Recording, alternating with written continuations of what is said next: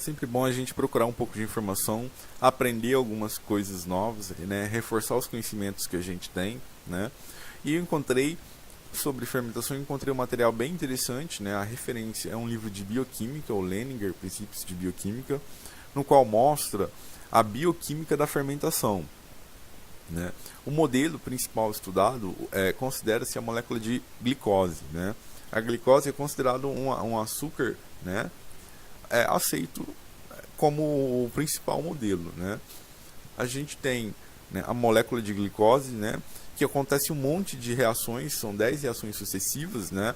E essa etapa da glicose até virar duas moléculas de piruvato, a gente chama de glicólise, né? Tem um nome do pesquisador, tem alguns nomes para ela, mas é conhecido ou simplificada como glicólise, né? Na glicólise chega uma molécula-chave, que é o piruvato, né? Essa molécula, ela pode seguir vários caminhos, e isso que dá características de cada fermentação e do que está acontecendo, né? Se a gente descer reto, né, as setinhas descendo reto, na condição aeróbia, a gente fala que é a respiração, né? No qual tem entrada de O2, sai CO2, né? Tem entrada, mas não nessas reações, né? A molécula de piruvato ela vai desprender gás carbônico, CO2, né? Vai se transformar numa molécula acetil-CoA entre essa coenzima A, e esse acetil-CoA ele vai entrar no ciclo do ácido cítrico.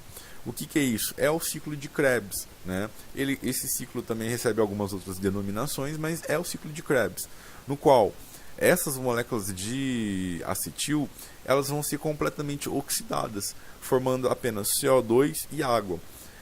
Essa água fica no organismo ou é exalada, e o CO2, né, no caso dos animais, ele vai ser transportado pela hemoglobina, né, e vai ser solto, né, vai ser trocado com o ambiente lá no nosso alvéolo pulmonar, né, no nosso pulmão. Então a gente exala a mesma coisa as plantas, né, esse CO2 vai ser expelido do organismo e a gente, na hora que respira, puxa ar, solta CO2, considerando ar como oxigênio, né? Então a gente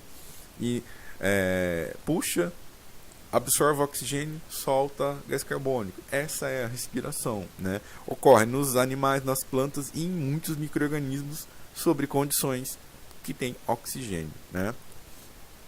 Ao mesmo tempo, esse piruvato pode ir para outros caminhos metabólicos ou vias metabólicas, por exemplo, sobre a condição anaeróbia, ou seja, sem oxigênio, ele pode ser transformado em etanol e CO2 na fermentação onde se tem leveduras, né? As leveduras têm essa capacidade de gerar esse produto sobre essa condição, né? Sem ar. Com ar, ela vai procurar fazer célula. Esses estudos vêm bem antiga do Louis Pasteur, né? Ele estudava vinhos, cervejas, bebidas, estava estudando um problema de fermentação de vinhos, né? Ele já tinha uma noção de micro-organismos e observou isso, né? Que quando tinha ar, a levedura respirava, e quando não tinha, ela fazia a fermentação, a produção de etanol. Ele estudou outras condições também. O trabalho dele é muito interessante e colaborou para toda a microbiologia, para toda a área de alimentos, e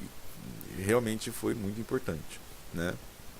Aqui do outro lado mostra que em condições anaeróbias também pode ocorrer a formação de lactato, que é bem comum nas bactérias que fazem o iogurte, né, ácido lático e tal. Então não precisa de oxigênio para essas bactérias sobreviverem, viverem, fermentarem, enfim, né? Isso é bem interessante saber, pensando no ponto de vista de uma fermentação caseira, se a gente vai se precisa de entrar ar ou não, né? No caso, eu tenho para mim, né, que se você quer produzir alguma bebida alcoólica, a condição tem que ser anaeróbia, não pode ter ar, né? Lógico, as leveduras vão sim utilizar de oxigênio dissolvido no líquido, então aerar o mosto, né, ou aerar o seu meio antes, depois você não permite a entrada de oxigênio, né, e dá as condições favoráveis para que seja produzido álcool, né? Isso é bem legal estudar isso, porque a gente passa a entender um pouco do que está acontecendo na prática, mesmo estando em casa. É bem interessante essa teoria.